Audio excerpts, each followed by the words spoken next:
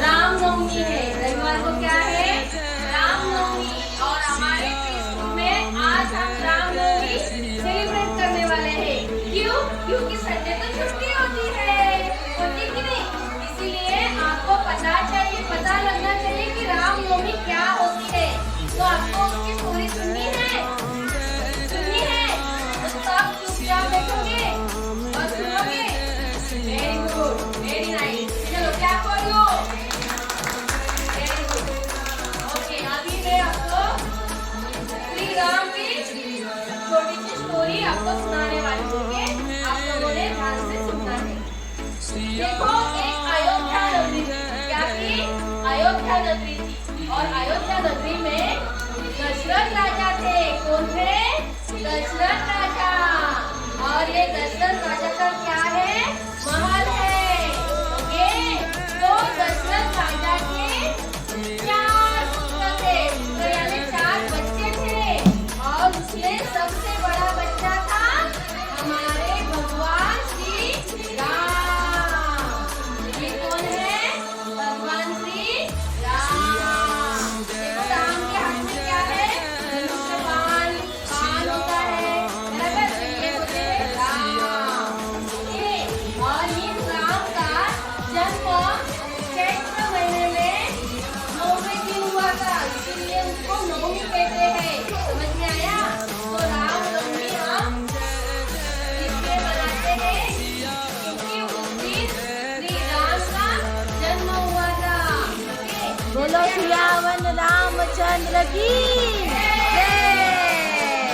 जैसे हम हमारा बर्थडे सेलिब्रेट करते हैं ना, वैसे उसका बर्थडे है, तो उसे रामनवमी कहते हैं। समझ में आ गया?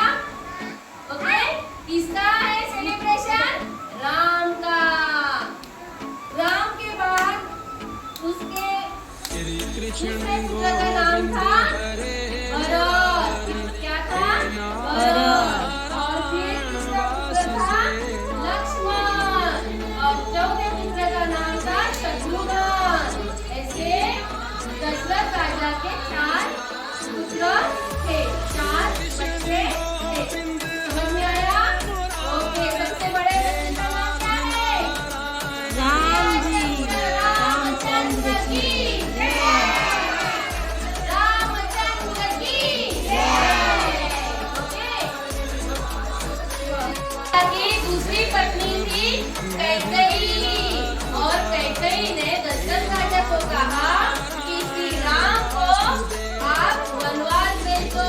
कितने वर्ष? 14 वर्ष।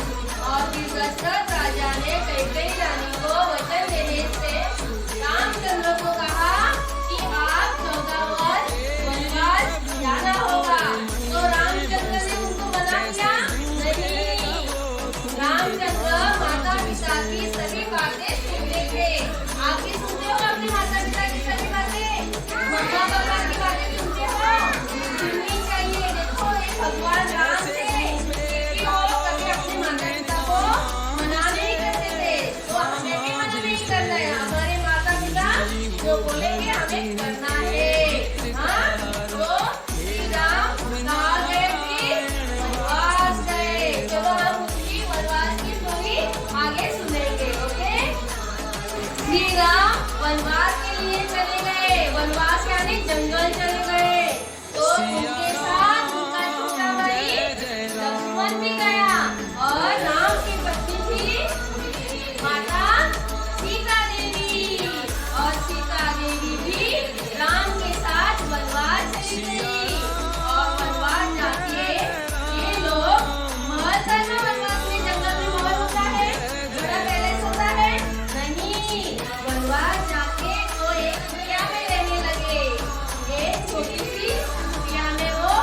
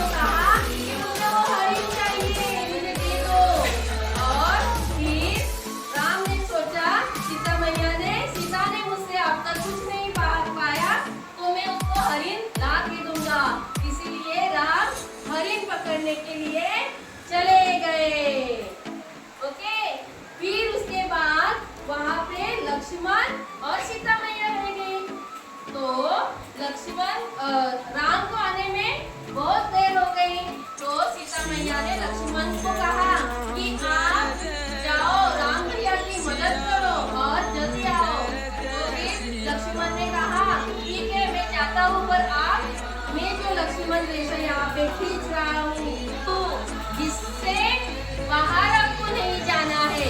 ओके, ये कहकर लक्ष्मण भी अपने राम भैया की मदद के लिए चले जाते हैं और सीता मैया यहाँ पे अकेली उनकी याद में रह जाती है।